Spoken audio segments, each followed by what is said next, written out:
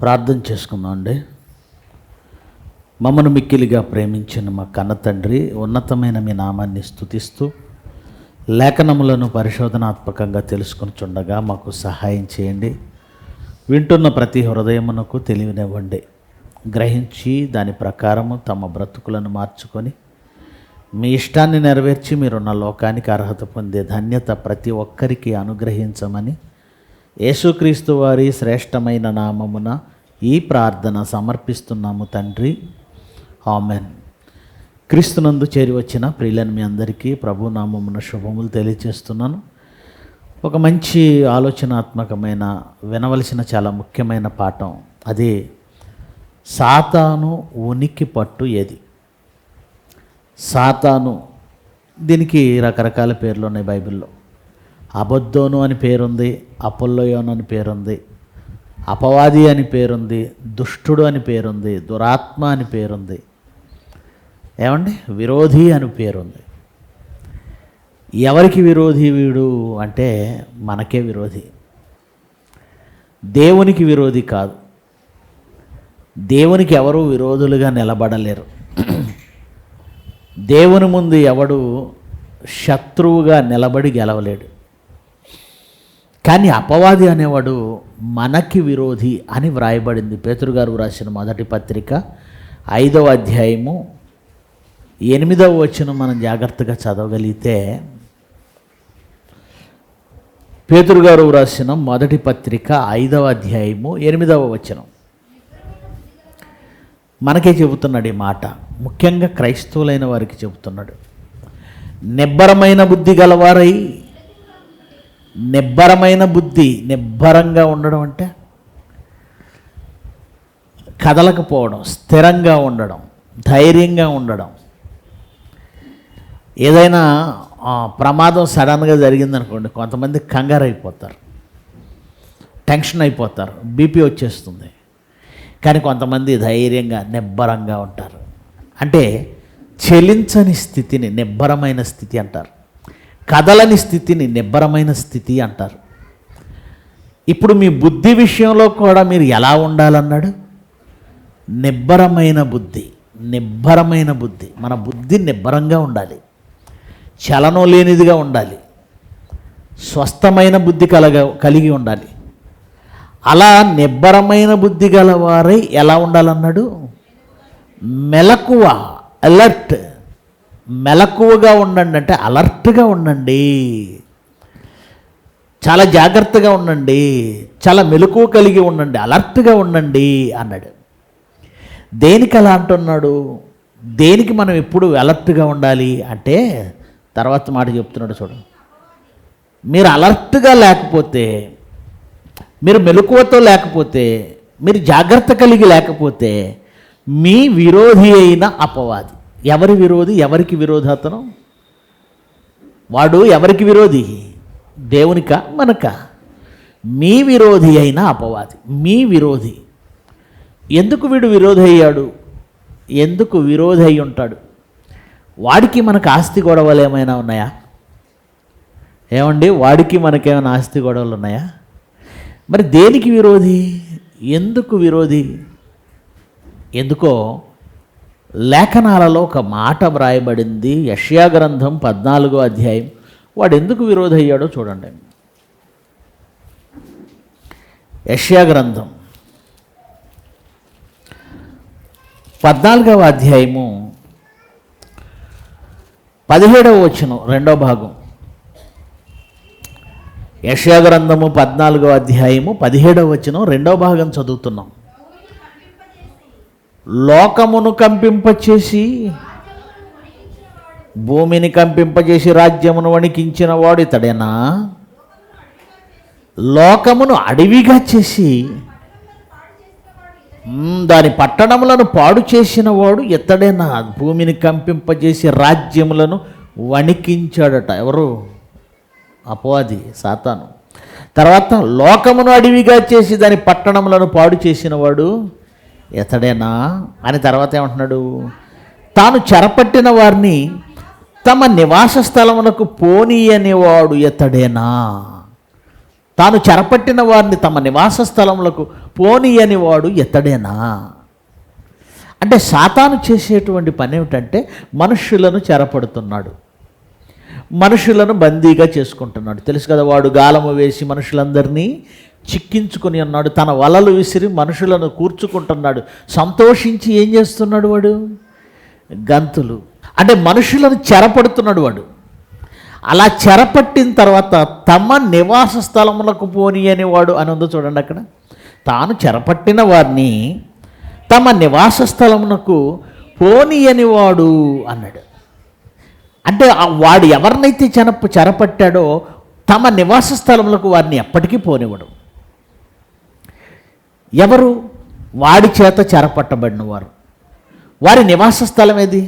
ఏమండి, మాది విజయవాడ, వాడి చేత పట్టబడితే విజయవాడ రానివ్వడా? మాది గుంటూరు, వాడి చేత పట్టబడితే గుంటూరు వెళ్ళనివ్వడా? మాది విశాఖపట్నం, వాడు చెరపడితే మమ్మల్ని విశాఖపట్నం వెళ్ళనివ్వడా అనుకోకండి. మీ నివాస స్థలం ఏదో తెలుసా? మీ పౌరసత్వం ఎక్కడుంది? మీరు అసలు ఎక్కడి నుంచి వచ్చిన వాళ్ళు? పరలోకం నుంచి. మన సొంత ఊరేది? మన సొంత వారెవరు? దేవుని కొరకు బ్రతికిన నీతిమంతులు సొంతవారు. దేవుడున్న లోకం, మహాలోకం మన సొంత స్థలం. మీదే ఊరు అంటే చాలా సింపుల్గా విజయవాడనో గుంటూరనో మంగళగిరనో ఏదో ఈ భూమి మీద. ఇది మీ ఊరైతే ఇక్కడ లేకుండా ఎందుకు వెళ్ళిపోతున్నారు? అందరూ ఉంటున్నారా, వెళ్ళిపోతున్నారు? దీన్ని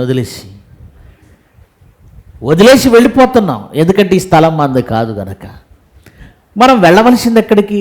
ఎక్కడి నుండి వచ్చామో అక్కడికే వెళ్ళాలి. ఎక్కడి నుంచి వచ్చాము? 12వ అధ్యాయం 7వ వచనం ప్రసంగి గ్రంథం 12వ అధ్యాయము 7వ వచనం. మన్నైనది వెనకటి వలనే మరలా భూమికి చేరుతుంది, ఆత్మ దానిని దయచేసిన దేవుని యొద్దకు మరలా పోవును అన్నాడు. చూడండి ఆ మాట నోట్ చేసుకోండి. మరలా పోవును అంటే తిరిగి పోవును. మరలా రండి అన్నాను అనుకోండి, మీరు ఎక్కడి నుంచి స్టార్ట్ అవుతున్నారు? మీరు ఎక్కడి నుంచి వెళుతున్నట్టు? మరలా రండి అని ఎవరినైనా మీరు ఎప్పుడు అంటారు? ఇక్కడి నుంచి స్టార్ట్ అయితేనే మరలా రండి అంటాం. ఎక్కడో దూరాన ఉన్న వారిని మరలా రండి అనరు, రండి అంటారు అంతే. దేవుని యొద్ద నుంచి మనం ప్రారంభమై వచ్చాము కనుక, అక్కడి నుంచే స్టార్ట్ అయ్యాం కనుక, మనం ఉండేది అక్కడే కనుక మరలా పోవాలి అన్నాడు. మరలా పోవాలంటే మన స్వస్థలం ఏదన్నమాట? దేవుడు, పరలోకం. అక్కడికి వెళ్ళాలి. అయితే ఎవరైతే వాడి చేత చెరపట్టబడ్డారో వారు తిరిగి తమ స్వస్థలాలకు వెళ్ళలేరు. ఒక్క మాటలో చెప్పాలంటే వాడు మనలను పరలోకానికి పోనివ్వటం లేదు. ఎందుకంటే వాడికి ఉన్నటువంటి ఆ పగ, కక్ష. దేవుడు పరలోకంలో వాడికి చోటు లేకుండా చేశాడు. మీకు తెలుసు కదండి. వాడిని పాతాళం పాలు చేశాడు. వాడికి నిత్యాగ్ని దండన. పరలోకం వాడికి ఎప్పటికీ లేదు.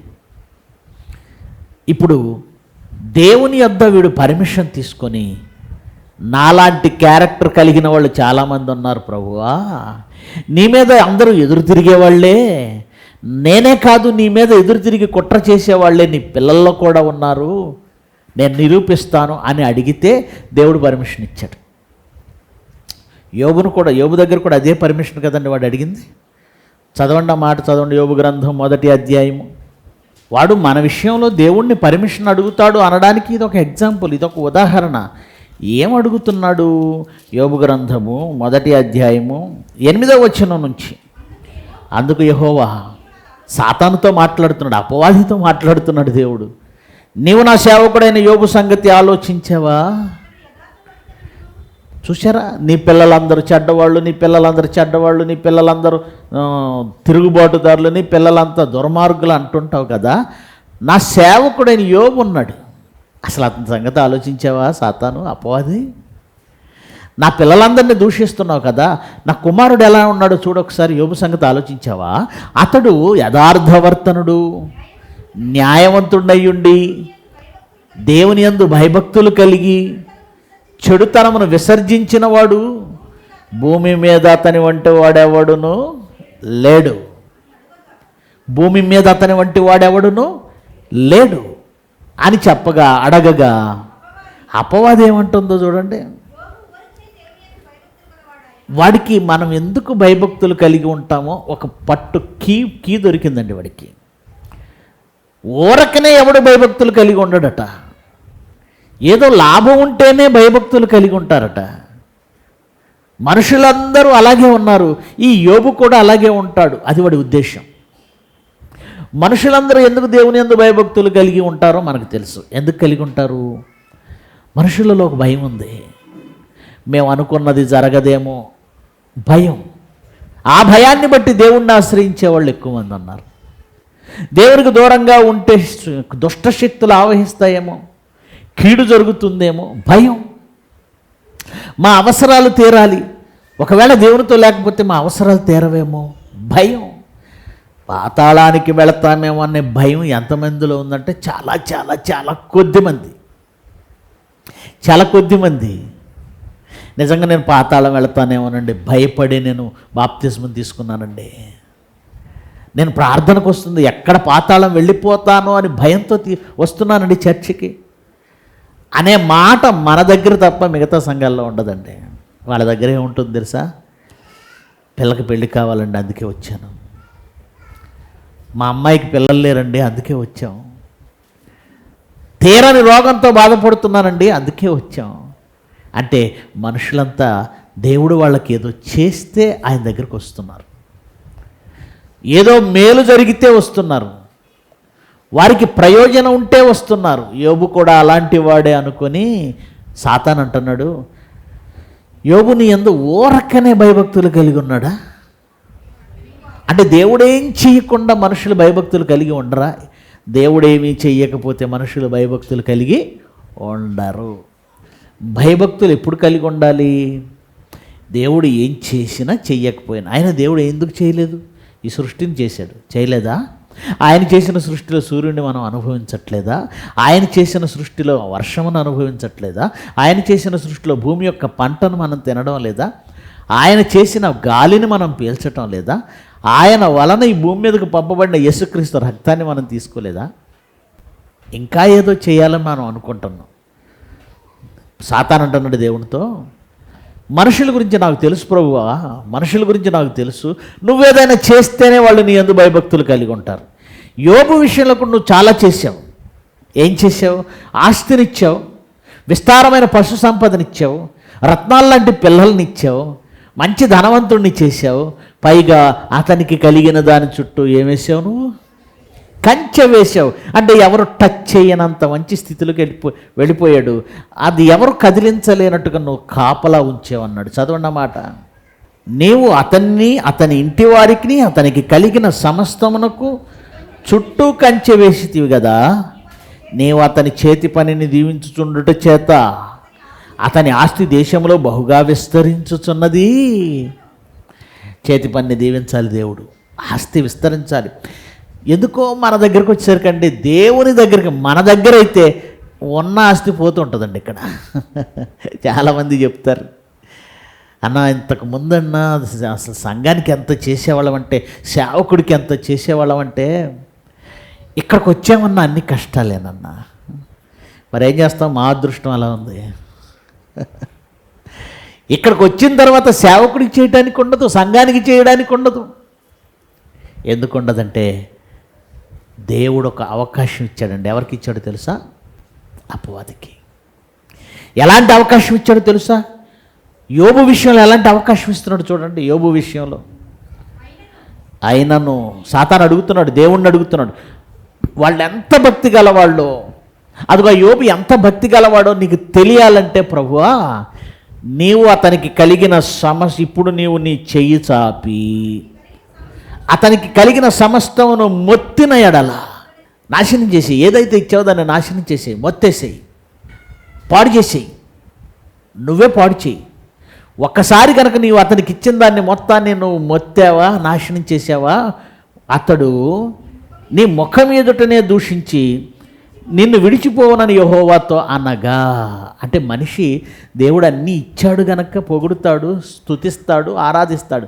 ఒకవేళ ఆ దేవుడు అన్నీ తీసేస్తే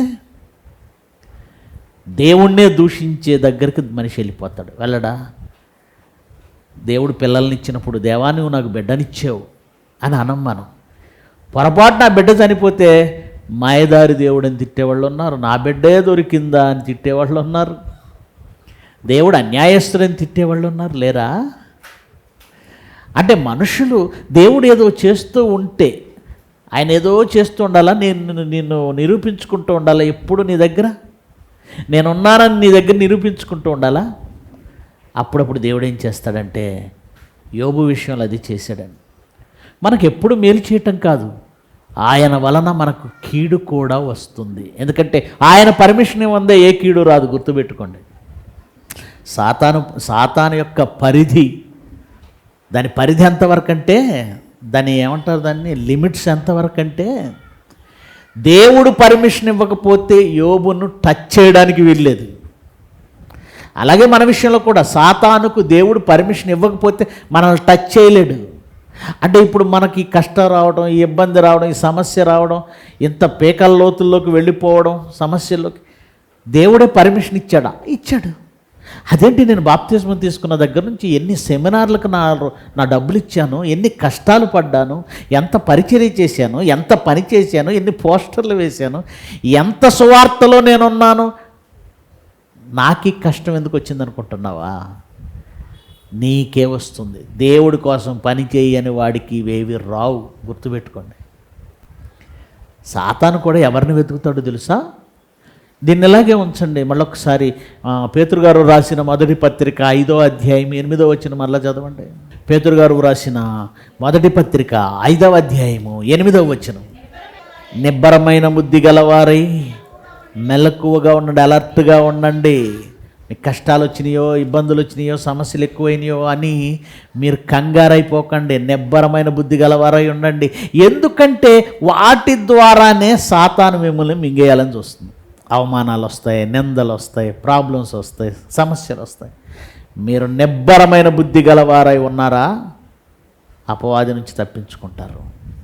ఒకవేళ మీరు వివేకం కోల్పోయారా, మీకు అవమానాలు వచ్చాయనో, కష్టాలు వచ్చాయనో, బాధలు వచ్చాయనో, నిందలు వచ్చాయనో, సమస్యలు ఎక్కువయ్యాయనో, అప్పులైపోయామనో, మీరు వివేకాన్ని కోల్పోయారా? ఏంటి మనం కోల్పోకూడని వివేకం ఏంటి? నీ భక్తిని పరీక్షించడానికి, ఈ పరిస్థితులు కల్పించడానికి దేవుడే అవకాశం ఇచ్చాడు. దేవుడే అవకాశం ఇచ్చాడు 100%. యోబుకున్నవన్నీ పోయాయి. ఎవరు అవకాశం ఇచ్చారంటే, యోబు పిల్లలు చనిపోయారు, ఎవరు అవకాశం ఇచ్చారు? యోబు ఆస్తి పోయింది, ఎవరు అవకాశం ఇచ్చారు? చివరికి యోబు ఒంట్లో ఆరోగ్యం పోయింది, ఎవరు పర్మిషన్ ఇస్తే జరిగినవి ఇవన్నీ? సాతాను ఎలా చేయగలిగాడు?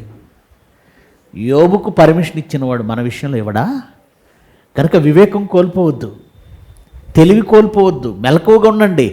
ఏదైనా ఇబ్బంది, కష్టం, ఆపద, నింద, బాధ వచ్చిందంటే అక్కడ నువ్వు అలర్ట్ అవ్వాలి. నీ భక్తి నుంచి నిన్ను ప్రక్కకు లాగడానికి, నీవు భక్తిలో తొణికిసలాడి వెళ్ళిపోవడానికి, తడబడడానికి, జారిపడడానికి అపవాది వేసి ఎత్తుగడదే. వాడి మొదటి ప్లాన్ అదే. కనుక యోబును అడిగినట్లుగానే మనల్ని ఎవరిని మృంగుదునా అని వెతుకుతూ తిరుగుతున్నాడట. ఇక్కడ నాకు డౌట్ అండి, ఎన్ని కోట్ల మంది ఉన్నారా లేదా? 850 కోట్ల మంది ఉన్నప్పుడు ఎవరిని మృంగాలి అని వెతుకుతూ తిరగడం ఏంటి? వరుస పెట్టి ఒక్కొక్కటి ద్రాక్ష గుత్తులు లాగినట్టు లాగేసేసుకోవచ్చు కదా. వాడు జనం గుంపులుగా ఉన్నారు కదా, లేరా? కానీ వెతుకుతున్నాడట. నేను ద్రాక్ష గుత్తి అంత గుత్తి తెచ్చేసి వెతుకుతున్నాను అనుకోండి, అప్పుడు మీరేమంటారు? ఇన్ని ద్రాక్షకాయలు ఉంటాయి, నేను టక్క తెంపుకొని తినాలి, కానీ వెతుకుతున్నాడేంటి? అంతేగా. కోట్ల మంది మనుషులుంటే అపవాది ఏం చేస్తున్నాడట? ఎవరిని తినాలి, ఎవరిని మింగాలని చూస్తున్నాడట. ఏమో ఎందుకో చెప్పనా? వాడు అందరినీ మింగాల్సిన అవసరం లేదు. ఎందుకంటే ఆల్రెడీ ప్రపంచం అంతా ఎవరిలోకి వెళ్ళిపోయింది, వాడిలో ఉంది ఆల్రెడీ. వాడు ఎవరిని మింగాలి? ఎవడైతే మింగుడు పడడం లేదో వాడిని మింగాలి. ఎవడు మింగుడు పట్టలేదు? వీడు మాట్లాడితే సువార్త అంటున్నాడు, వీడు మాట్లాడితే దేవుని పని అంటున్నాడు, వీడు మాట్లాడితే గృహదర్శనాలు అంటున్నాడు, వీడు మాట్లాడితే వాక్యం అంటున్నాడు, వీడు మింగుడు పడడం లేదు. ఇప్పుడు ఇలాంటి వాళ్ళను వెతుకుతున్నాడట. వీళ్ళంతా చెత్త బ్యాచ్. ఎవరంతా? లోకంలో ఉన్న వాళ్ళంతా చెత్త బ్యాచ్. టేస్ట్గా ఉండే బ్యాచ్ ఒకటి ఉంది. కానీ వాళ్ళు చాలా తక్కువ. వెతుకుతున్నాడంటే కనబడడం లేదు అలాంటి వాళ్ళు. లోకంలో చాలా తక్కువ మంది ఉన్నారు. ఎక్కడున్నారు? ఎవరిని చూసినా చెత్త చెత్త చెత్త చెత్త. ఎక్కడ చూసినా చెత్త. విజయవాడలో చూద్దాం, ఎవరైనా మంచివాళ్ళు ఉన్నారా? కనపడలేదు. గుంటూరులో చూద్దాం, ఎవరైనా మంచివాళ్ళు దేవుడి కోసం బ్రతికేవాళ్ళు? కనపడలేదు. గుంటూరులో చూసాం, ఏమండి ఆంధ్రాలో చూసాం, తమిళనాడులో చూసాం. ఇలా ఎవరిని మింగాలా అని చూస్తే అంత అతడు మింగా వాడు మింగాల అనుకునే అంత గొప్పగా ఎవడు లేడట.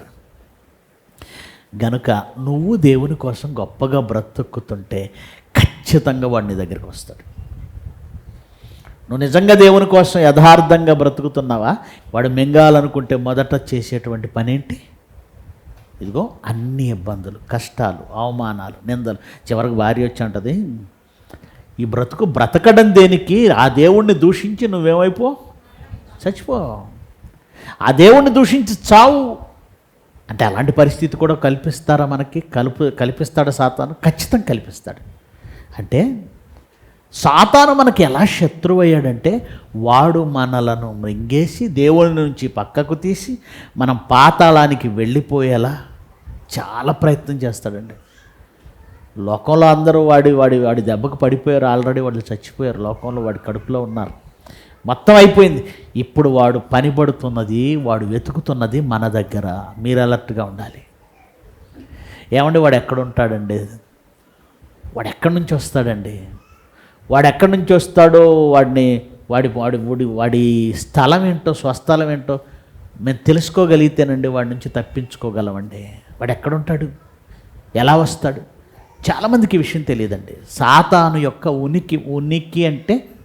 ఉనికి అంటే నివాసం, ఉండే చోటు. ఉనికి అంటే ఏంటి? ఉండే చోటు. ఉనికి పట్టు అంటే ఉనికి పట్టు, వాడికి పట్టున్న స్థలం అని అర్థం అండి. ఉనికి పట్టు అంటే ఏంటి? వాడికి పట్టున్న స్థలం, వాడు ఉండే స్థలం, వాడికి దాని మీద పట్టున్న స్థలం. ఎక్కడ ఉంటాడు? మనల్ని మింగడానికి వాడు వస్తున్నాడంటే వాడు ఎక్కడి నుంచి వస్తాడు? వాడి జాడను మనం ఎలా కనిపెట్టాలి? ఇది మనం తెలుసుకోవాలి. చాలామంది అండి అపవాది గురించి చాలా తక్కువ అంచనా వేశారండి. సాతాను అనగానే చర్చిల్లో అప్పుడప్పుడు దయ్యం పట్టిందని జుట్టు వెరబోసుకొని పిచ్చి పిచ్చిగా కేకలు వేస్తూ అరుస్తూ గెంతుతుంటారు, చూసారా? అదే దయ్యం, అదే సాతాను అనుకుంటున్నారు చాలామంది. వేదికల మీద కూడా దయ్యం పట్టిన వాళ్ళని వదిలిస్తూ ఉంటారు. ఈ మధ్యకాలంలో ఛానల్స్లో కూడా అలాంటి వాళ్ళని చూస్తూ ఉంటాం, దయ్యాలను వెళ్ళగొడుతున్న వాళ్ళని. అది సాతాను కానే కాదు, గుర్తుపెట్టుకోండి. అది సాతాను కానే కాదు. మరి ఇదేంటి? ఇప్పుడు ప్రస్తుతం ప్రజెంట్ జరుగుతున్నవేవి సాతాను సంబంధమైనవి కావండి.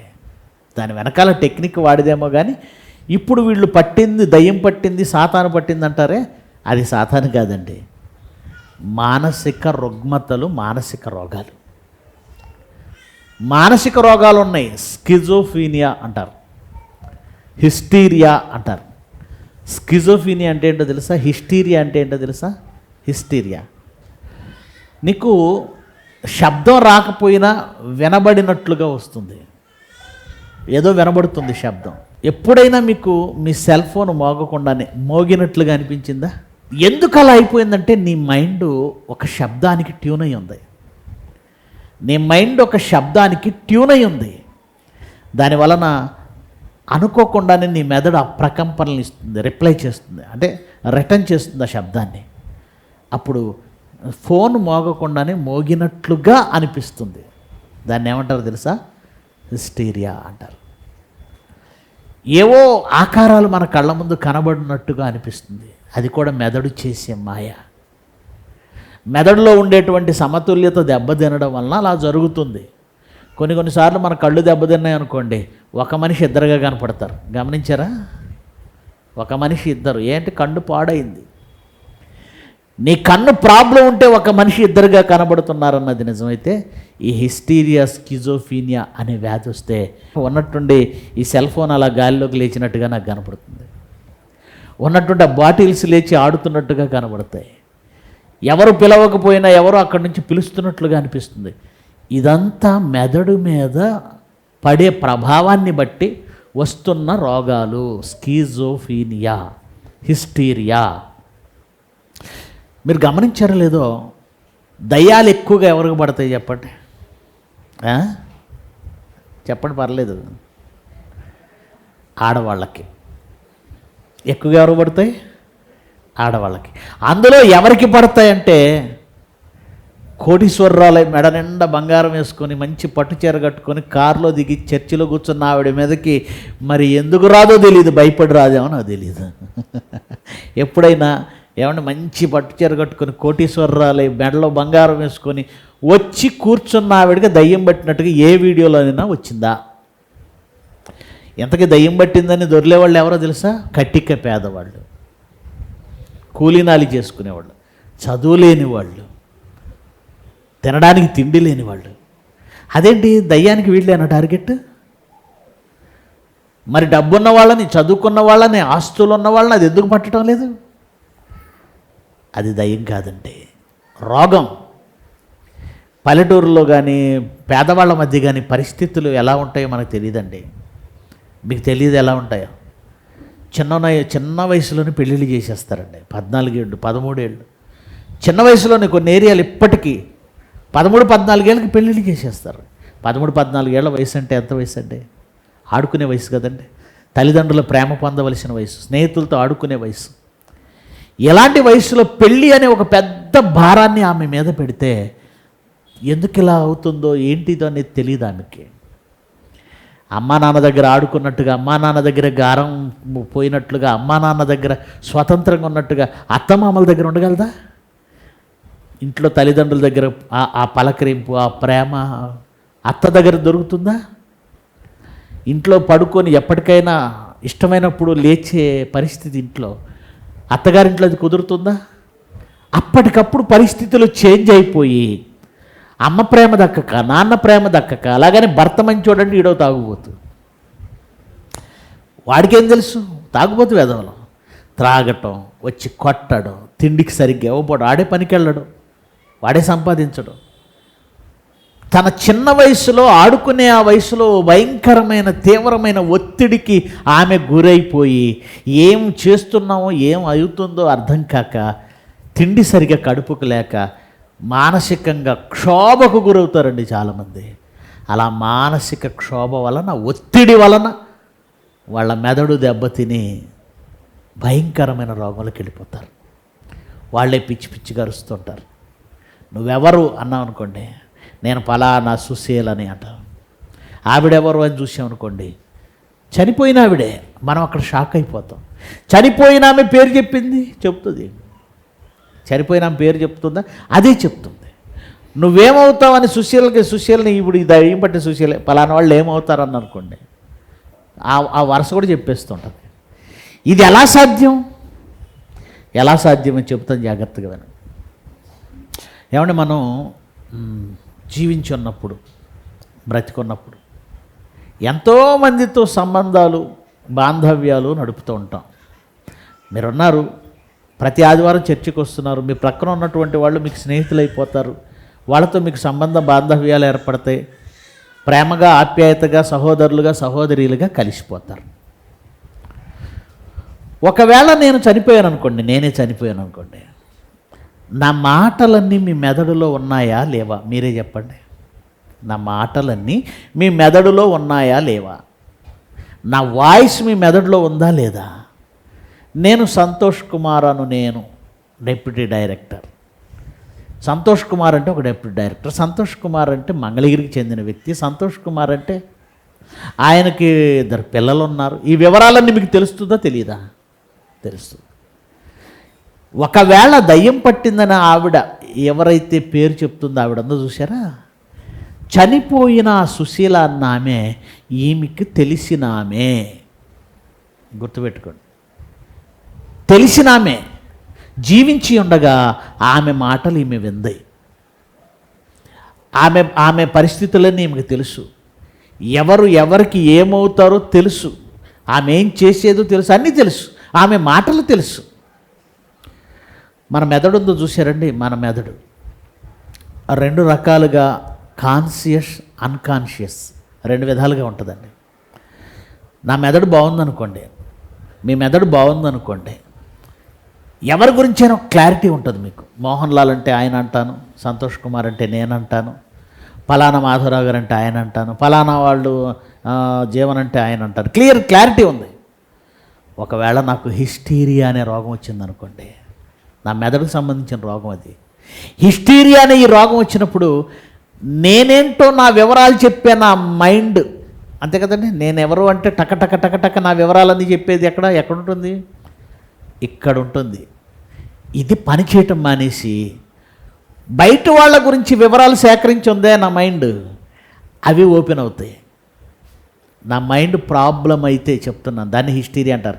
హిస్టీరియా అనే వ్యాధి వస్తే నా వివరాలు చెప్పవలసినటువంటి ఈ మైండ్ పక్కోళ్ళ వివరాలు, వాళ్ళ వివరాలు ఎందుకు చెప్తున్నారు? ఆల్రెడీ అవి కూడా ఫీడ్ అయి ఉన్నాయి కదా. మీ అందరి వివరాలు నా దగ్గర ఫీడ్ అవ్వలేదా? నా వివరాలు మీ దగ్గర ఫీడ్ అవ్వలేదా? నా గురించి వినయ్కి తెలుసు, వినయ్ గురించి నాకు తెలుసు. కనుక ఎప్పుడైతే హిస్టీరియా అనే వ్యాధి వచ్చిందో నా వివరాలు చెప్పవలసిన నేను మోహన్ లాల్ వివరాలు చెప్తుంటాను.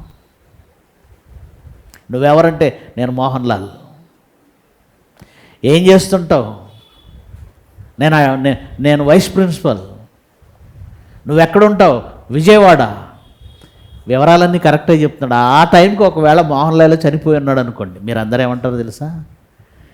సంతోషానికి మోహన్ లాల్ దయ్యంలా పట్టాడు, దయ్యమై పట్టాడు. కానీ అసలు నిజమేంటో తెలుసా అండి? ఆ చనిపోయిన ఆమె వివరాలన్నీ ఈమె మైండ్లో ఉన్నాయి. తిండి లేక, రక్త సరఫరా సరిగా మెదడుకు జరగక, తీవ్రమైన ఒత్తిడితో మానసిక క్షోభకు గురైన ఈమె మైండ్ కండి బాడీలో 30% బ్లడ్ దేనికి వెళ్ళాలి తెలుసా? మెదడుకి వెళ్ళాలి, బ్రెయిన్కి వెళ్ళాలి. 30% బ్లడ్. పవర్ కరెక్ట్గా వస్తేనే కదండి ఏ సిస్టమ్ అయినా సరిగ్గా పనిచేస్తుంది. పవర్ సరిగ్గా రాలేదనుకోండి, సిస్టమ్ సరిగ్గా పనిచేస్తుందా? లేదు. సిగ్నల్ సరిగ్గా రాకపోతే ఫోన్ పనిచేస్తుందా? లేదు. ఎప్పుడైతే ఈ తిండి లేక, ఈ తీవ్రమైన ఒత్తిడితో ఉన్న వీళ్ళ పరిస్థితులను బట్టి వాళ్ళకు హిస్టీరియా అనే వ్యాధి వచ్చిందో, వీళ్ళు ఎవరో వివరాలు చెప్తూ ఉంటారు, చనిపోయిన వాళ్ళ వివరాలు చెప్తూ ఉంటారు. ఎందుకంటే ఆ మాటలన్నీ వీళ్ళ దగ్గర ఉన్నాయి. వాళ్ళ దగ్గర నిగూఢంగా మరో చోట నిక్షిప్తమై ఉన్న వారి మాటలు వీరి మాటలుగా బయటకు వస్తూ ఉంటాయి. నువ్వెవరు? నేను సుశీల. ఏం చేస్తుంటావు? నేను ఫలానా పొలం పనికి వెళ్ళేదాన్ని. ఎందుకు వచ్చావు? నా భర్త కోసం వచ్చాను. చూసారా? ఇది దయ్యం కానే కాదు, గుర్తుపెట్టుకోండి. మరి చర్చిల్లో జరిగేది అది ఫేక్. కనుక దయ్యం అనగానే చనిపోయి సమాధులలో ఉంటుంది అనుకుంటే పొరపాటు. అసలు ఇది దయ్యమే కాదు. ఎందుకు చెప్తున్నారు ఇదంతా? మరణించిన వారు ఎన్ని నిమిషాలలో, ఎన్ని సెకండ్లలో పాతాళం వెళతారో బైబిల్ చెప్పింది చూడండి. యోబు గ్రంథం 21వ అధ్యాయము 13వ వచనం. వారు శ్రేయస్సు కలిగి, మనుషులు ఎవరైనా శ్రేయస్సు కలిగి తమ దినములు గడుపుదురు. చనిపోగానే ఒక్క క్షణంలో ఎక్కడికి వెళ్ళాలి? పాతాళానికి వెళ్ళిపోవాలి. ఒక్క క్షణంలో పాతాళానికి వెళ్ళిపోవాలి. ఒక్క క్షణంలో పాతాళానికి వెళ్ళాలి. ఏమండి? దేవుడు నిర్ణయించిన చట్టం ఇది, దేవుడు నిర్ణయించిన శాసనం ఇది. మరణించిన ఆత్మ ఒక్క క్షణంలో పాతాళం, అది ఎక్కడుందో తెలుసా? ఈ విశ్వాన్ని దాటిన తర్వాత ఉంది పాతాళం. అక్కడికి క్షణంలో వెళ్ళిపోవాలి. దేవుని శాసనం ఎలా ఉంటే దేవుని శాసనాన్ని దాటి, దేవుని కబంధ హస్తాలను దాటి ఒక ఆత్మ తప్పించుకొని ఇక్కడ తిరగడం సాధ్యం అనుకుంటున్నారా? సాధ్యమా? ఈ లోకంలో జైళ్ళను తప్పించుకొని తిరిగే ఖైదీలు ఉన్నారు. మరి దేవుడు ఈ జైళ్ళంత వీకు కాదు.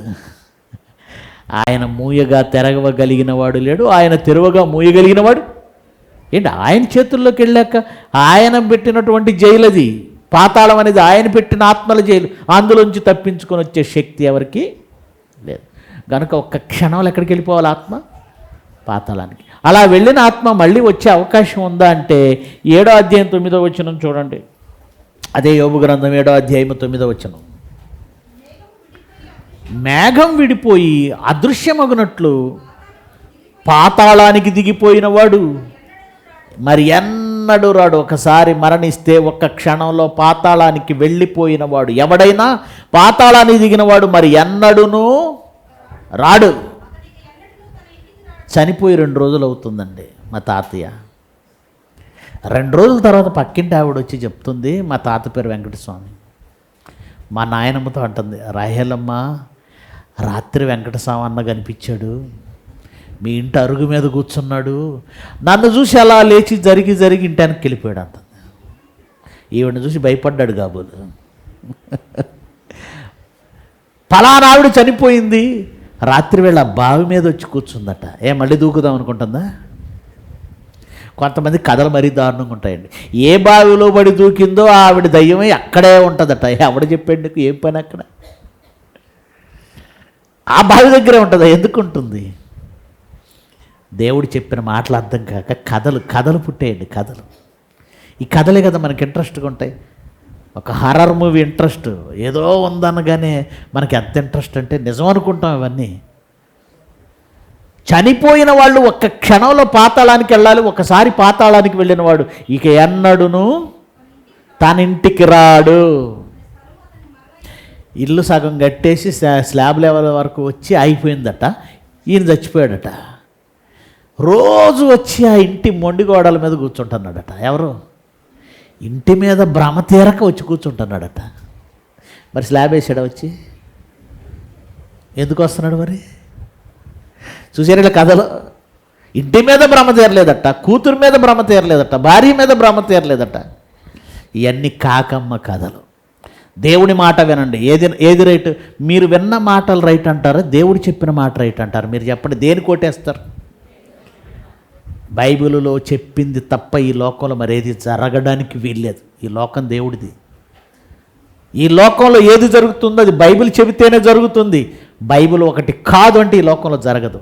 జరుగుతుందని నువ్వు అనుకుంటున్నావు అంటే నువ్వు పొరపాటు పడుతున్నావు, ఎక్కడో అబద్ధాలు వినేసావు, ఎక్కడో నువ్వు మోసపోతున్నావు. That's all. ఒక్క క్షణంలో పాతాళానికి వెళతారు. అలా వెళ్ళిన వాడితో ఎన్నడూ తన ఇంటికి రాడు.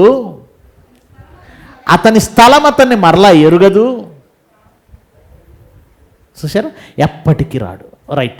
మరి దయ్యం వచ్చిందని వీళ్ళు అంటున్నది, చనిపోయిన వాడు రాడని బైబిల్ చెప్పాక చనిపోయిన వాళ్ళు దయ్యాలై వస్తారంటావు నువ్వు? ఈ మాటలు మేము జయశాలి గారి ద్వారా విన్న తర్వాత 2000 సంవత్సరంలో సమాధుల్లోకి వెళ్ళి కూర్చున్నానండి నేను నైట్. తెలుసా మీకు? భయం చాలామంది అండి. ఇంత వాక్యం వింటానా మళ్ళీ నైట్ అవగానే భయం చాలామందికి, మన వాళ్ళకి. వాళ్ళని చూస్తే ఇంత అవిశ్వాసులు ఏంటి అనిపిస్తుంది నాకు. అవిశ్వాసులు వీళ్ళు. కరెంటు పోతే భయం, దయ్యం పేరు చెప్తే భయం, దయ్యం వీడియో వేస్తే కూర్చుంటారు చాలామంది, ఇలా కళ్ళు మూసుకుంటారు ఆడవాళ్ళు. అంటే వీళ్ళకి ఎన్ని వాక్యాలు చెప్పినా వేస్ట్. ఒకసారి వాక్యం చెప్పిందేమని, చనిపోయిన వాడు దయ్యమై రాడు, అయితే వెళ్ళి సమాధుల్లో నిలబడు. ఎందుకంటే సమాధుల్లో ఎందుకుంటారు వాళ్ళు? సమాధుల్లో ఎందుకుంటారు? ఏం పని? ఒక్క క్షణంలో ఎక్కడికి వెళ్ళిపోయారు? పాతాళానికి వెళ్ళిపోయారు. పాపం ఈ సమాధుల స్టోరీ ఎక్కడి నుంచి వచ్చిందో తెలుసా అండి? ఇప్పుడు కాదు, 2000 సంవత్సరాల క్రితమే దయ్యాలు సమాధుల్లో ఉంటాయి. క్రైస్తవులు కూడా అలా అనుకోవటానికి కారణం ఏంటంటే, గెరాసేనీల దేశానికి వెళ్ళాడండి యేసుక్రీస్తు. అక్కడ శాన దయ్యం పట్టినవాడు.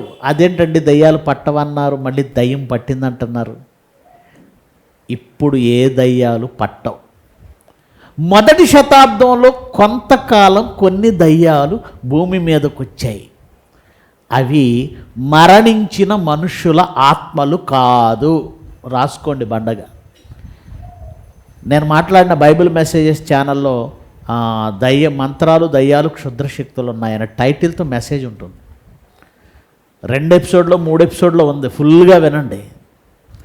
దానిలో అన్నీ క్లియర్గా చెప్పాను. మొదటి శతాబ్దంలో కొన్ని దురాత్మలు వచ్చాయి. అవి మరణించిన మనుషుల ఆత్మలు కావు. దేవుని యొద్ద సేవకులైన ఆత్మలుగా, దేవదూతలుగా ఉన్న కొన్ని కోటాను కోట్ల దేవదూతల్లో కొన్ని అపవాది పక్షంగా చేరి దేవునిపైన ఎదురు తిరిగాయి. దేవుడు పరలోకం నుంచి వాటిని తోసేస్తే అవి దురాత్మలుగా మారాయి. అవి మనుషుల ఆత్మలు కావు, అవి దేవదూతల ఆత్మలు. ఆ దేవదూతల ఆత్మలు మొదటి శతాబ్దంలో కొంతకాలం యేసుక్రీస్తు సూచక్రియలు చేయటం కొరకే మనుషులను ఆవహించాయి. చాలా క్లియర్గా చెప్పాను సబ్జెక్ట్. అవి ఎందుకు వచ్చాయో, యేసు ప్రభు మాటే ఎందుకు విన్నాయో, ఆయన శిష్యుల మాటే ఎందుకు విన్నాయో, మిగతా వాళ్ళ మాట వినలేదండి. అవి దేవుడు ఆయన్ని హైలైట్ చేయటానికి చేయించిన సూచక క్రియ. అది కూడా దురాత్మలు అనగానే పాతాళానికి వెళ్ళవలసిన దురాత్మల సమూహాలు, అపవాది వాడి సైన్యాలు. అవి సేవకులైన ఆత్మలే తప్ప, అవి దేవదూతల ఆత్మలే తప్ప మనుషుల ఆత్మలు కాదు. అంటే మనుషుల ఆత్మలు ఎప్పుడు దయ్యాలై రాలేదా? ఎప్పుడు రాలేదు, బైబిల్లో కూడా లేదు. దురాత్మలుగా ఉన్న సాతాను వాడి అనుచరులు వాళ్ళంతా దేవదూతలుగా ఉండి దురాత్మలుగా మారిన వాళ్ళు వచ్చారు మొదటి శతాబ్దం. అప్పుడు వచ్చిన దయ్యాలు ఇప్పుడు రావండి, ఇప్పుడు రావు. ఎందుకు రావంటే సూచక్రియలు చేసే కాలం అయిపోయింది. సూచక్రియలు ప్రభు చేయవలసిన కాలం అయిపోయింది. జీవితాంతం జరగవండి సూచక్రియలు. చాలామందికి అలవాటు తెలియదు. బైబిల్లో ఉంది కనుక జరుగుతుంది అనుకుంటారు. యెహోషువ సూర్యచంద్రులను ఆపారు, బైబిల్లో ఉంది కదా. బైబిల్లో ఉంది కనుక నిన్న నేడు దేవుడు ఏకరీతిగా ఉన్నాడు, నిన్న నేడు నిరంతరం అని చెప్పి నువ్వు వెళ్ళి సూర్యుని చంద్రుడిని ఆపగలవా? పోనీ ఆ తర్వాత ఎవరైనా ఆపారా? యెహోషువ తర్వాత ఎవరైనా సూర్యచంద్రులను ఆపారా? ఏలీ ఆపాడా? యేసుక్రీస్తు కూడా ఆపలేదు. అది ఆ రోజు ఎందుకు జరిగింది? ఆ కాలానికి జరగవలసిన క్రియ అది. ఆకాశం నుంచి ఏలియా అగ్ని దించాడు, ఇప్పుడు నువ్వు దించగలవా? అది ఆ కాలానికి జరగవలసింది, జరిగింది. అలాగే సూచక క్రియలు, దయ్యాలు వెళ్ళగొట్టడం కానీ, భాషలు మాట్లాడడం కానీ, స్వస్థపరచటం కానీ, అద్భుతాలు చేయటం కానీ, మహత్కార్యాలు చేయడం కానీ యేసుక్రీస్తు కాలంలో జరగవలసినవి. ఒక కాలం నిర్ణయించాడు, ఆ కాలం వరకు అవి జరుగుతాయి, తర్వాత జరగవు. ఇప్పుడు ఆ దయ్యాలని, అది దురాత్మలు ఉన్నాయి చూసారా, అపవాది వాడి సైన్యాలు, అవి ఇప్పుడు రావలసిన అవసరతే లేదు, రావు. మరి ఇప్పుడు దయ్యం పట్టిందని కనబడేవాళ్ళు రెండు రకాలు. ఒకటి స్కిజోఫీనియా, హిస్టీరియా అనే వ్యాధులు కలిగిన మానసిక రోగులు. రెండు పాస్టర్లు సిద్ధపరిచిన పేమెంట్ ఏమంటారు, పెయిడ్ ఆర్టిస్టులు. కొంతమంది పాస్టర్లు పెయిడ్ ఆర్టిస్టులను కూడా పెట్టుకుంటారు, మీకు తెలియదు అది. కొంతమందిని సిద్ధపరిచి డబ్బులు ఇచ్చి ఆర్టిస్టులను పెడతారు. ఆర్టిస్టులు అంటే నటులు. చర్చిలో స్టేజ్ మీదకి వస్తాడు, దయ్యం పట్టిందంటగా యాక్షన్ చేస్తుంది ఈవిడ, పాస్టర్ గారు ప్రార్థన చేయగానే వదిలేసి వెళ్ళిపోద్ది. కొంతమంది జీతానికి పనిచేసేవాళ్ళు ఉన్నారు తెలుసా, మోసగాళ్ళు ఉన్నారు తెలుసా. గనుక దయ్యం ఎక్కడుంటుందంటే సమాధులలో లేదు. గెరాసేనుల దేశం ఒకసారి చూడండి, మత్తయి సువార్త 8వ అధ్యాయం చూద్దాం.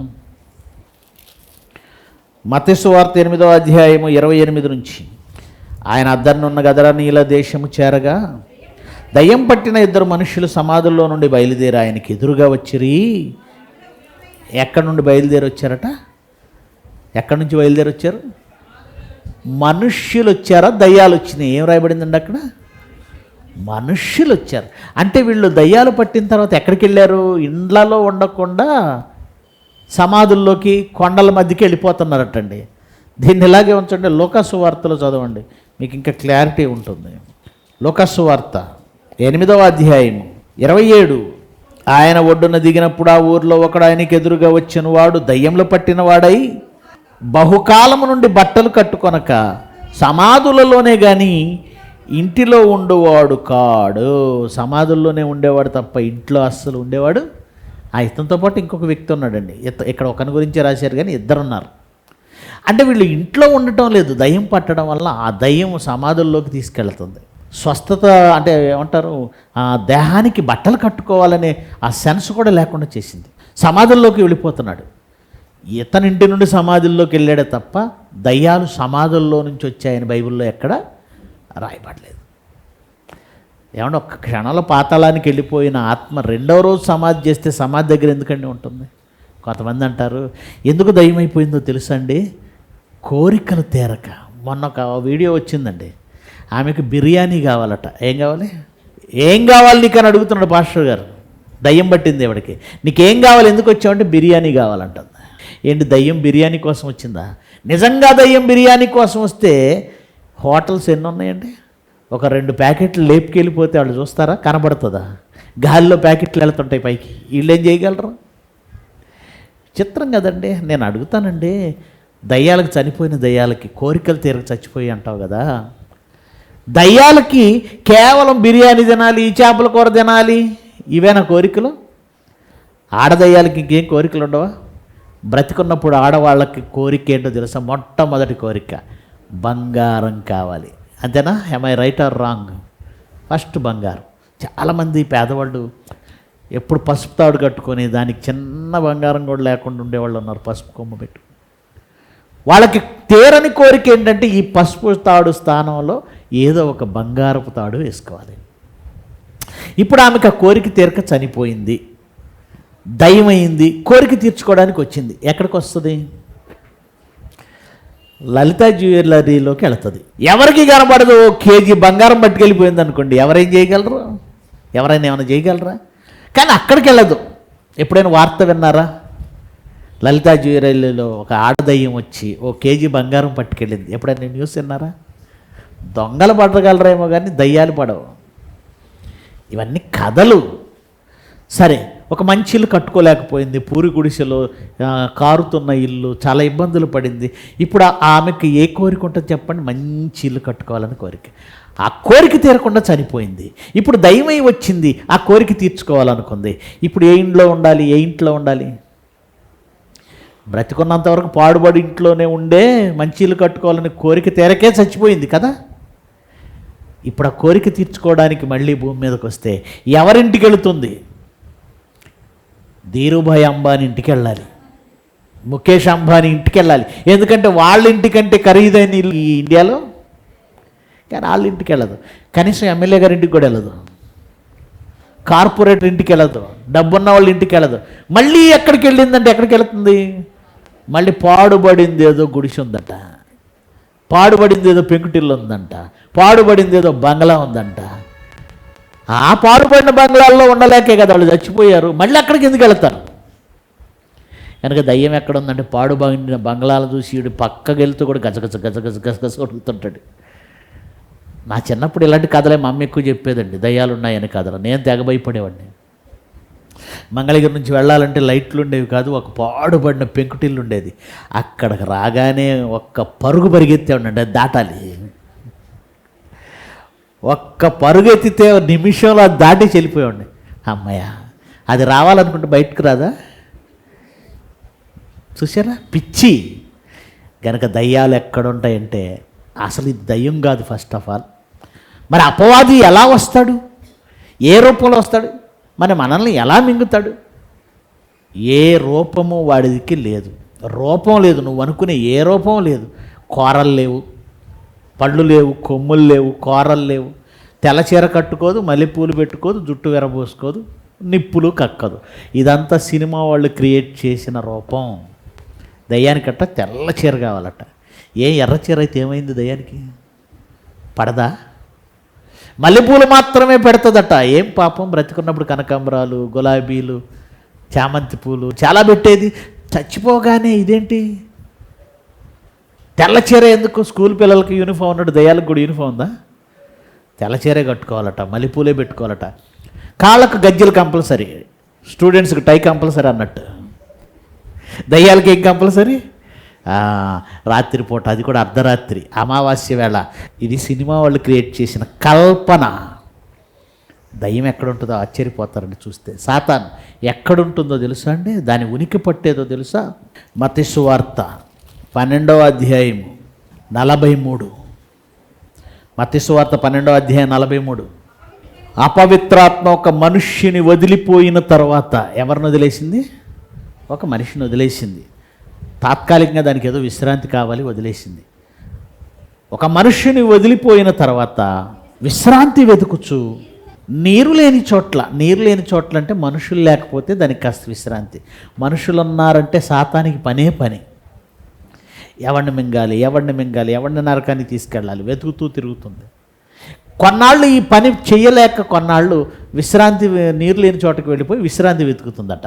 విశ్రాంతి దొరకనందున అదేం ఆలోచిస్తుందో చూడండి. నేను వదిలి వచ్చిన నా ఇల్లు. దేని గురించి చెప్పింది అది? పాడుబడిన బంగ్లా గురించి చెప్పిందా?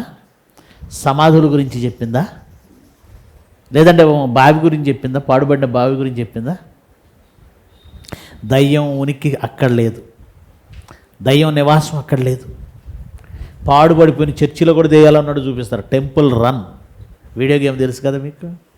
ఏంటి చర్చిలోనే, పాడుబడిన చర్చిలో మళ్ళీ ఏముంటాయి? దయ్యాలు ఉంటాయి. నో. అపవాది ఎక్కడ తిష్ట వేసింది, దాని నివాస స్థలం ఎక్కడంటే మానవ దేహం. నేను వదిలి వచ్చిన నా ఇల్లు అందు చూడండి, అక్కడ ఈ శరీరం దానికి ఇల్లా, ఈ దేహం దానికి ఇల్లా? అవును, నేను వదిలి వచ్చిన నా ఇల్లు. అసలు ఈ దేహం ఎవరికి ఇల్లు అండి? ఎవరికి ఇల్లు? హెబ్రీ పత్రిక 3వ అధ్యాయం 6వ వచనం చదవండి. హెబ్రీ పత్రిక 3వ అధ్యాయం 6వ వచనం. అయితే క్రీస్తు కుమారుడై ఉండి ఆయన ఇంటి మీద నమ్మకంగా ఉన్నాడు, ధైర్యమును నిరీక్షణ వలన ఉత్సాహమును తొదమట్టుకు స్థిరముగా చేపట్టిన ఎడల మనమే ఆయన. ఈ దేహం దేవుని వలన ఇవ్వబడిందండి. మీ దేహము దేవుని వలన నిర్మించబడి మీలో ఉన్న దేవుని ఆత్మకు ఆలయం. మీరు దేవాలయం. దేవుడి శరీరాన్ని నిర్మించినప్పుడు అండి, ఈ దేహమును ఈ దేవాలయంలో ఆయన నివసించాలి అనుకుంటే ఇది ఎవరి పరమైందో చెప్తున్నాడు. సాతాను ఏం చెప్పుకుంటుందట? నేను విడిచి వచ్చిన నా ఇల్లు, నా ఇల్లు. ఏంటి దేవుడి ఇల్లు? ఈ దేవుడి ఇల్లు దాని ఇల్లు ఎలా అయింది? సాతాను ఏమన్నా ఈ దేహాన్ని కట్టిందా తల్లి గర్భంలో? దేవుడు కదా దీన్ని నిర్మించాడు, దేవుడు కదా ఈ ఆకారం ఇచ్చాడు. ఇది నా స్థలం, ఇది నా ఆలయం అని చెప్పినవాడు దేవుడు కదా. సాతాను ఎందుకు ప్రవేశించింది? ఎలా ప్రవేశించింది? కష్టపడి చీమలు చిన్న చిన్న చిన్న చిన్న ఇసుకను మట్టిని కొంచెం కొంచెం కొంచెం కొంచెం మట్టి రవ్వలను తీసుకొచ్చి పుట్టలు పెడతాయండి. చీమలు కష్టపడి పుట్టలు పెడతాయి. చాలా సులువుగా పాము వచ్చేసి అందులో దూరేసి అందులో నివాసం ఉంటుంది. పాములు పుట్టలు పెట్టవండి. ఇంకొకరు కష్టపడి పెట్టిన, అంటే చీమలు పెట్టిన పుట్టల్లో ప్రవేశిస్తాయి. ఈ లక్షణం ఉందనే కాబోలు దాన్ని సర్పం, ఆదిఘట సర్పం అనే పేరు పెట్టేదానికి. దేవుడు కష్టపడి 9 నెలలు చేసిన ఈ ఆకారంలోనికి సులువుగా ఎవరు దూరాడు? పైగా వాడి నివాస స్థలం అదేనట. నేను వదిలి వచ్చిన నా ఇల్లు, వాడి ఉనికి పట్టు, వాడి ఇల్లు. ఈ దేహమే వాడి ఉనికి పట్టు, వాడి ఇల్లు. ఈ దేహమే. ఈ దేహం దేవుని ఆలయం కదండి. ఎలా వాడు వెళ్ళాడు అంటారా? ఎలా వెళ్ళాడో చూడండి. మనమే పంపించామండి, మనమే. ప్రకటన గ్రంథం, నువ్వు ఎవరిని ఆహ్వానిస్తే, నువ్వు ఎవరికి ఆకర్షితుడవైతే వాళ్ళు నీలో ఉంటారు. ప్రకటన గ్రంథం 3వ అధ్యాయము 20. ఇదిగో నేను తలుపు నొద్ద నిలుచుండి తట్టుచున్నాను. యేసుప్రభు అంటున్నాడు, ఇదిగో నేను తలుపు నొద్ద నిలుచుండి తట్టుచున్నాను. ఎవడైనా నా స్వరం విని తలుపు నొద్ద నిలుచుండి తట్టుచున్నది ఎవరండి? ఏ తలుపు అండి? మీ ఇంటికి ఉన్నటువంటి డోరు, ఆ డోరు మీద ఒక ఏమంటారు దాన్ని, స్టిక్కర్ అంటిస్తారు చాలామంది. యేసుప్రభు వచ్చి ఒక తలుపు కొడుతున్నట్టు. వీళ్ళు ఆశతో ఎదురు చూస్తుంటారు, ఏదో ఒకరోజు యేసుప్రభు వస్తాడు, మా తలుపు కొడతాడు, ఇంత మూట ఇచ్చి వెళ్తాడు. ఆయన వచ్చి తలుపు కొట్టేది మీ ఇంటి తలుపు కాదు, ఆయన ఇంటి తలుపు. ఆయన ఇల్లేది దేహం. వాక్యం ప్రకటిస్తున్నప్పుడు వాక్యము మీ గుండెను తడుతుంది. తడుతుందా లేదా? ఈ వాక్యము, దేవుని మాట మీ గుండెను తడుతుంది. ఆ దేవుని మాటే క్రీస్తు. క్రీస్తు ఏ రూపంలో ఉన్నాడు ఇప్పుడు మన దగ్గర? వాక్య రూపం. ఈ వాక్యం ఎప్పుడైతే మీ గుండెను, మీ హృదయాన్ని తడుతుందో, యేసుక్రీస్తు నేను లోపలికి వస్తానని మీ హృదయమును తలుపును తట్టుచున్నాడు. మీలో నివాసం ఉండాలనుకుంటున్నాడు. కానీ ఆల్రెడీ గడిపెట్టుందట. గడిపెట్టుందంటే బయట గడిపెట్టుంటే తీసుకొని వెళ్తాం, లోపల గడిపెట్టుంటే తీసుకెళ్ళటం కుదురుద్దా? తలుపు కొడతాం. తలుపు కొడుతున్నామంటేనే లోపల ఎవరో ఉన్నారు. అంటే యేసుక్రీస్తు బయట నిలబడితే, ఇల్లు కట్టిన నిర్మాణకుడు బయట నిలబడితే లోపల ఎవడున్నాడు? అపవాది. వాడొచ్చేసాడు.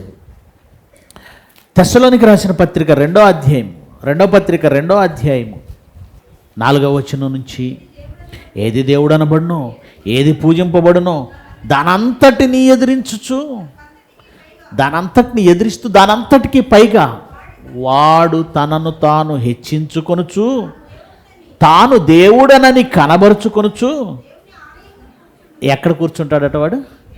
దేవుని ఆలయములో కూర్చున్నాడు. మనం అనుకుంటున్నాం దేవుడి ఆలయంలోకి సాతాను రాదు అని. కానీ వాడు ఏకంగా ఎక్కడ కూర్చుంటున్నాడు? ఏది దేవుడు అనబడునో, ఏది పూజింపబడునో దాని అంతటిని ఎదిరించు. దేవుడు అనబడింది వాక్యం. ఆది యందు వాక్యం ఉండెను, వాక్యము దేవుని యొద్ద ఉండెను, వాక్యము దేవుడై ఉండెను. దేవుడు అనబడిన ఈ వాక్యాన్ని, నీ హృదయంలో వాక్యం ఉందా? అయితే వాడు దాన్ని ఎదిరిస్తాడు. ఏది దేవుడు అనబడినో, ఏ వాక్యం పూజింపబడుతుందో దానినంతటిని వాడు ఎదిరించుచు, దానంతటికీ పైగా తన్ను తానే హెచ్చించుకొనుచు, తానే దేవుడనని కనబరుచుకొనుచు దేవుని ఆలయంలో కూర్చుంటాడు. ఎంతమంది హృదయాలను దేవునికి కాక దయ్యానికి ఆలయాలుగా మార్చేశారు. దేవుని హృదయంలో దేవుడు అన్నాడు అనుకోండి, ఒకటే గుర్తు, దేవుడిలాగా ఆలోచిస్తాం. దేవుడు పెట్టుకున్న పని పెట్టుకుంటాం. యేసుక్రీస్తు నీలో ఉంటే నువ్వేం చేస్తావు? యేసుక్రీస్తు నీలో ఉంటే నువ్వేం చేస్తావు? చాలామంది సినిమాలలో దయ్యం వచ్చినప్పుడు, దయ్యం ఒకప్పుడు ఎలా ప్రవర్తించేదో ఇప్పుడు వీడు ఎలా ప్రవర్తిస్తుంటాడు దయ్యం బట్టి. అంటే శరీరం వీడిదైనా లోపల ఉన్నది దయ్యం గనక దాని ప్రవర్తన అది ప్రవర్తిస్తుంది. అంతేగా, అర్థమైందిగా మీకు? ఇది దయ్యాలకు ఆపాదించారు. ఓకే, దయ్యం వస్తే దయ్యంలాగానే ప్రవర్తిస్తాడు. అదే మనలో దేవుడు ఉంటే దేవుడిలాగా ప్రవర్తించాలి కదా. దేవుడు ఎలా ప్రవర్తిస్తాడు? ఉదయం లేచిన దగ్గర నుంచి యేసుక్రీస్తు తెల్లవారుజామునే వెళ్ళిపోయి ప్రార్థన చేసుకొని సర్వలోకానికి వెళ్ళాలి. సమీప గ్రామాలు ఒకటే తపన, ఎవరిని మార్చాలి, ఎవరి దగ్గరికి వెళ్ళాలి, ఎవరికి సువార్త ప్రకటించాలి. ఇది దేవుడికున్న పని అండి. ఆ దేవుడు నీలో ఉంటే నువ్వు అదే పనిలో ఉంటావు. మీకు తపన ఉందా? ఎంతమందిని మార్చాలి, ఎవరిని మార్చాలి, ఎక్కడికి వెళ్ళాలి, ఎక్కడ వాక్యం చెప్పాలి, ఎంతమందిని తీసుకొని రావాలి, ఈ తపన నీలో ఉంటే నీలో ఎవరున్నారు? దేవుడు ఉన్నాడు. ఆదివారం రావడమే కష్టంగా ఉందనుకో, నో డౌట్ నీలో దేవుడు లేడు. ఎవరు కూర్చున్నాడు? మోమాటం ఏమీ లేదు. చాలామంది ఎందుకో తెలియదు, ఆదివారం కూడా ఎగ్గొడుతున్నారు. దేవుడి కంటే గొప్ప పని ఉందా? దేవుని కంటే గొప్ప పని ఉందా? కారణాలు ఏవో చెప్తున్నారు. నిజం చెప్పనా, మీరు పెట్టుకున్న కారణాలన్నీ అపవాది వలన మీరు పెట్టుకున్నవే. వాడి వలకు మీరు పడిపోయారు. దేవుని కంటే గొప్ప పని ఈ భూమి మీద ఏమీ లేదు. ఒకడు పొలం కొంటానన్నాడట, ఒకడేమో పొలం కొన్నాను వెళ్ళాలన్నాడు, ఒకడేమో కొత్తగా పెళ్లి చేసుకున్నాను వెళ్ళాలన్నాడట, మరి ఒకడేమో జత ఎడ్లు కొన్నాను వెళ్ళాలన్నాడట, ఇంకొకడు చూసారా, నలుగురు 4 కారణాలు చెప్పేశారు. ఇవి దేవుడికి కారణాలు కావు, సాకులు. గనుక దేవుని కొరకు రాని మనం దేవుని కొరకు ప్రతినిత్యం యేసుప్రభులాగా ఆలోచిస్తాం. ఆయన మనలో ఉంటే ఆయనలాగే ఆలోచిస్తాం. ఆయన మనలో ఉంటే ఆయనలాగే ప్రవర్తిస్తాం. ఆయన మనలో ఉంటే ఆయన చేసిన పని చేస్తాం. దయ్యం మనలో ఉంటే దయ్యం చేసినట్టు చేయట్లా? గనుక మనలో ఉన్నది దయ్యం అయితే దయ్యం చేసిన పనులు చేస్తాం. దయ్యం ఏం చేస్తుంది? పరలోకానికి, దేవుని వాక్యానికి మనల్ని దూరంగా తీసుకెళ్తుంది. ఆదివారం నామకార్థంగా వచ్చి అసలు తర్వాత దేవుని పనిని పట్టించుకొని జనులు ఎంతోమంది ఉన్నారు. మనలో కూడా కొందరు ఉన్నారు. కొందరు ఆసక్తి కలిగి ప్రతిదినము దేవుని పనిలో ఉంటున్నారు. కొందరు ఆదివారం వచ్చి వెళ్ళడానికి తప్ప ఇంకా దేనిలోనూ ఉండట్లేదు. మిమ్మల్ని మీరు పరీక్షించుకోండి. అది మీకు శ్రేయస్కరమైన స్థితి కాదు. అది మీకు ఆరోగ్యకరమైన స్థితి కాదు. నిబ్బరమైన బుద్ధి గలవారై మెలకువగా ఉండండి. ఒక చిన్న మాట చెప్పి ముగిస్తానండి. మీ దేహాన్ని తనకు నిలయంగా ఉనికి పట్టుగా మార్చుకున్న సాతాను అలా ఎందుకు ప్రవేశించాడో తెలుసా? ఆ తప్పెవరిదో తెలుసా? మందే. ఎలా? యోహాను సువార్త 6వ అధ్యాయము 44 చూడండి. యోహాను సువార్త 6:44. మీలో మీరు సణుగుకొనకుడి, నన్ను పంపిన తండ్రి వానిని ఆకర్షించితేనే కానీ, అదే ఉందా మీరు చదివే దాంట్లో? ఓకే. నన్ను పంపిన తండ్రి వానిని ఆకర్షించితేనే కానీ ఎవడును నా యొద్దకు రాలేడు. తండ్రి ఏం చేయాలట? తండ్రి మనల్ని ఏం చేయాలట? ఆకర్షించాలి. ఆయన మనల్ని ఆకర్షించితేనే మనం క్రీస్తులోకి వెళ్తాం, క్రీస్తు మనలోకి వస్తాడు. ఒక అయస్కాంతం ఉందనుకోండి, ఇనుమును ఆకర్షిస్తుంది. ఇనుమును ఆకర్షిస్తుంది. ఎప్పుడు ఆకర్షిస్తుంది? దానికి కూడా ఒక రేడియస్ పరిధి ఉంటుందండి. ఇప్పుడు ఇది అయస్కాంతం అనుకోండి, ఎక్కడెక్కడో ఇనుము ముక్క పెడితే లాగదు. దాని రేడియస్ ఎంత ఉంటుంది? ఇక్కడ వరకు. ఎప్పుడు దీని పరిధిలోనికి ఈ ఇనప మొక్కను తీసుకురాగానే టక్కని లాగేసుకుంటుంది. అంటే దేవుడు వానిని ఆకర్షించాలి. నిన్ను ఆకర్షించాలంటే నువ్వేం చేయాలో తెలుసా? దేవుని ఆకర్షణ పరిధి ఒకటి ఉంది, అక్కడికి రావాలి. ఎక్కడుంది దేవుని ఆకర్షణ పరిధి? ఎక్కడుంది? దేవుడు ఆకర్షించే ఆ పరిధి సంఘమే దేవుని ఆకర్షణ పరిధి. ఎందుకంటే 24 గంటలు దేవుడి గురించి చెప్పడేది ఎక్కడ? దేవుని మాటలు చెబుతుంటే అవి మిమ్మల్ని ఆకర్షిస్తాయి. దేవుని శక్తిని చెబుతుంటే అది మిమ్మల్ని ఆకర్షిస్తుంది. దేవుని ప్రేమను చెబుతుంటే అది మిమ్మల్ని ఆకర్షిస్తుంది. ఆయన ఎంత ప్రేమించాడో, మన కొరకు ఎంత దయగలిగి ఉన్నాడో, ఎన్ని త్యాగాలు మన కొరకు చేశాడో, ఇవన్నీ చెబుతున్నప్పుడు కదా ఆయనంటే మీకు ఒక ఆకర్షణ కలిగేది, ఆయన మిమ్మల్ని ఆకర్షించేది. ఆయన గొప్పతనం మిమ్మల్ని ఆకర్షిస్తుంది, ఆయన ప్రేమ మిమ్మల్ని ఆకర్షిస్తుంది, ఆయన జ్ఞానం మిమ్మల్ని ఆకర్షిస్తుంది, ఆయన క్షమ మిమ్మల్ని ఆకర్షిస్తుంది. అలా ఆకర్షించాలంటే మొదట మీరు ఆ ఆకర్షణ పరిధిలోనికి రావాలి. అదే మాట యాకోబు గారు మాట్లాడుతూ అంటున్నాడు. చూడండి, యాకోబు పత్రిక 4వ అధ్యాయము, యాకోబు పత్రిక 4వ అధ్యాయము 8వ వచనం చదవండి. 7 కూడా చదువుదాం. 7 కాబట్టి దేవునికి లోబడి ఉండండి. ఏం చేయాలి? మొదట వాడు ఈలోకి రాకుండా ఉండాలంటే అపవాదిని ఎదిరించండి. ఎదిరించాలంటే వాడు నీతో ఒక రూపంలో కనపడ్డా కదా నీ ముందు. అపవాదిని ఎదిరించుండి అంటే ఒక మనిషిలాగా కత్తి పట్టుకొని వచ్చాడు అనుకోండి, ఎదిరించవచ్చు. ఒక మనిషిలాగా ఏదో తుపాకీ పట్టుకొని వచ్చాడంటే ఎదిరించవచ్చు. కర్ర పట్టుకొని వచ్చాడంటే ఎదిరించవచ్చు. కానీ వాడిని ఎలా ఎదిరించాలి? కనపడ్డా కదా, కనపడ్డాడు కదా. ఎదిరించడం అంటే ఏంటో తెలుసా? యోసేపు ఎదిరించాడు. సాతాను ఎవరి రూపంలో వచ్చాడు తెలుసా? ఒక స్త్రీ రూపంలో వచ్చాడు. నాతో శయనించమని ఒక యోసేపుతో ఒక స్త్రీ చెప్తుంది. ఆ స్త్రీలో ఎవరున్నారు తెలుసా? నేను ఇంత ఘోరమైన దుష్కార్యం నేను చేయను. ఎదిరించాడు, వెళ్ళిపోయాడు. అపవాది మన చేత తప్పు. ఇవాళ ఏం వెళతావులే సంఘానికి, దేవుని కార్యక్రమాలా, ఏం చేస్తావులే, దేవుని కొరకు ఇవ్వాలా, ఏమిస్తావులే. గనుక అపవాదిని ఎదిరించండి. ఇక్కడే అపవాది పనిచేస్తాడు. నీ ఇంట్లో అవసరాలకు వస్తాయి, నీ విలాసాలకు వస్తాయి, నీ బంధువుల కార్యక్రమాలకు వస్తాయి, నీ ప్రయాణాలకు వస్తాయి. కానీ దేవుని దగ్గరికి వచ్చేసరికి మనకు ఒకటి గుర్తొస్తుంది, టైట్గా ఉంది. ఏంటిది అది? దేవుడికి నచ్చదా మాట. చెప్పాను కదా, మన కోసం కాదు, అది నా కోసం కాదు, మీకోసం కాదు, దైవ కార్యక్రమాల కోసం. మిమ్మల్ని సువార్తకు రానివ్వక అపవాది మిమ్మల్ని పట్టింది, లేదంటే మిమ్మల్ని ఏమంటారు చెరపట్టింది అనడానికి గుర్తులివే. సువార్తకు రాక, సువార్త కార్యక్రమాలు ఉంటే పరిచర్యకు రాక, ఆదివారం ఆరాధనకు అప్పుడప్పుడు వచ్చి వెళ్ళిపోవటం ఏంటి? అప్పుడప్పుడు ఇదొక ప్రాబ్లం. ఇవన్నీ ఏంటంటే మనము రోగులమై ఉన్నాము, అపవాది చెరలో ఉన్నాం. లోకాన్ని గురించి వదిలేయండి. లోకాన్ని నాడు ఎప్పుడో మింగేశాడు. ఇప్పుడు ఎవరిని మింగడానికి చూస్తున్నాడు? మనల్ని. వాడు ఎక్కడ ఉంటాడు? ఖచ్చితంగా మనలోనే. గనుక వాడిని ఎదిరించకపోతే ఎంత ప్రమాదం అంటే, వాడు వస్తున్నాడు మనకు వాడు అవకాశాలు తీసుకుంటున్నాడు. వాడు అవకాశాలు ఏంటి? అవకాశాలు చాలా అవకాశాలు తీసుకుంటాడు. ఇదిగో ఈ సంఘానికి వెళ్ళావు, నీకేమొచ్చింది? ఉన్నదంతా పోయింది. ఒకప్పుడు వేరే సంఘంలో ఉంటే నీకు బాగా డబ్బు వచ్చింది. ఇదిగో ఇక్కడ నువ్వు ఉన్నావు, ఇన్ని సంవత్సరాల నుంచి ఉన్నావు, నీకు ఏమిచ్చారు? ఏమొచ్చింది? అదే వేరే సంఘానికి వెళితే కారు వచ్చాడు దేవుడు. ఈ సంఘానికి వెళ్ళాను, కారు వచ్చింది. సంఘానికి వెళితే కారు వస్తే మరి అందరికీ రావాలి కదా, ఈయనొక్కడికి ఎందుకు వచ్చింది? ఆ సంఘానికి వెళ్ళేవాళ్ళు చాలామంది ఉన్నారు, ఆయనకంటే ముందు వెళ్ళే వాళ్ళు ఉన్నారు, వాళ్ళల్లో ఎవరికి కారులు లేవు. చూసారా? అతన్ని అలా మోసం చేసింది. గనుక గుర్తుపెట్టుకోండి, దేవుడు మనకిచ్చే ఒక్క వాగ్దానం నిత్య జీవము అనుగ్రహించునన్నది ఆయన తానే మనకు చేసిన వాగ్దానం. అది కాకుండా ఇంకేదో ఆశించి సంఘానికి వస్తున్నావా? అపవాది మిమ్మల్ని పడగొట్టడానికి చూస్తున్నాడేమో, జాగ్రత్త. అపవాదిని ఏం చేయాలి ఇప్పుడు? నువ్వు ఎదిరించుడి. అలా ఎదిరిస్తే ఏమవుతాడు? వాడు మీ యొద్ద నుండి పారిపోవును. దేవుని యొద్దకు రండి. రెండో మాట ఏంటి? వాడిని ఎదిరించేసి నువ్వేం చేయాలి? దేవుని యొద్దకు రండి. అదన్నమాట.